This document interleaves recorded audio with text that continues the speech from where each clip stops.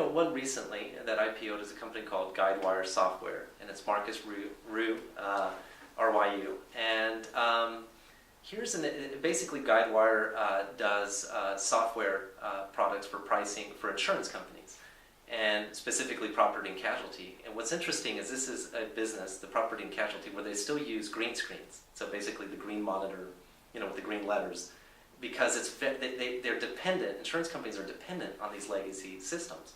So Marcus, actually, before he started Guidewire, came up with what the ideal software company would look like. And then he went and looked for a problem to apply it. And he focused on property and casualty because he said this is the area that you have the biggest problem. I mean, they're still on these legacy systems. There's inefficiencies. They have these old printers, at the State Farm agent. So he started to attack this problem. And furthermore, interestingly, today Guidewire is actually the #1 place to work in Silicon Valley. You'd think and I guess it depends on which survey you get, but this is the San Jose Business Journal. And the reason is because their software engineers and developers work less, because Marcus also attacked the problem of why do software engineers work 80 hours a week? And a lot of it had to do with miscommunication, is what he discovered. And so basically, the coder, they send somebody, I guess a software engineer will go and visit the customer and say, what do you want? And then they'll go back to the coder and they'll say, this is what the customer wanted. But there was a loss of communication in between him and the coder. And so when they went back to the customer said, this is not what I want. And so Marcus just said, well, just send the coder. But the coder doesn't like meeting with the customer, but still, you send the coder, or send the people that are in that area.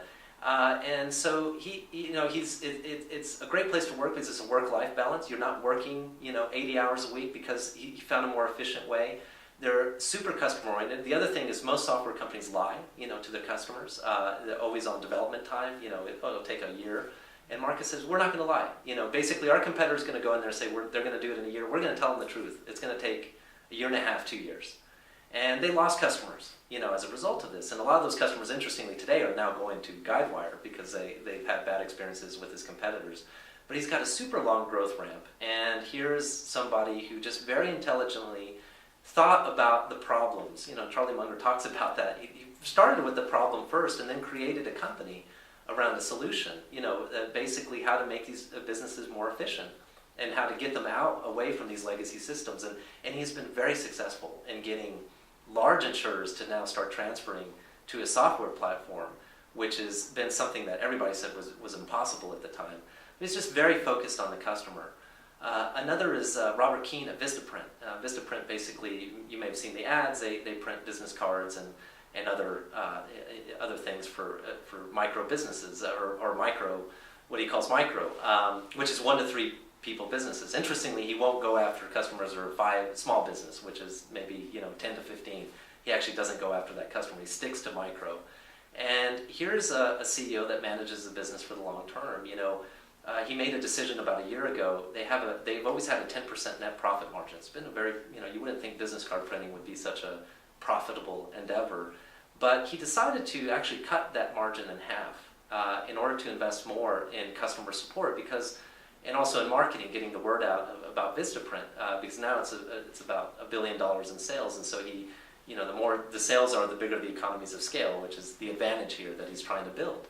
But Robert is just the epitome of continuous improvement. In other words, as far as like the number of minutes that somebody touches a business card in the process of printing out the business cards, He's always got these metrics where he's lowering it from, say, it used to take 50 seconds to now it's 7 seconds. And he has all these engineers in Switzerland working on these problems to continually make it a more efficient process while not sacrificing the product quality. Keane is just very focused on the long term. And one area that he actually took a hit with customers that I liked is they used to have these ads where they'd say, you can get this product for, $5, but it's typically $20. And so it was a discounting type technique that generated a lot of impulse buys. People didn't want to pass up on this limited opportunity. And Keane, it was very profitable for the business to do this, but short-term profits. So Keene got rid of this practice, because he wanted to build a more long-term relationship. He saw that retaining his customer was a lot more important than turning these customers. So, a CEO who's willing to abandon a very profitable long-term business practice for one that builds more value over the long term is always a great sign. So those are two that come to mind at this juncture.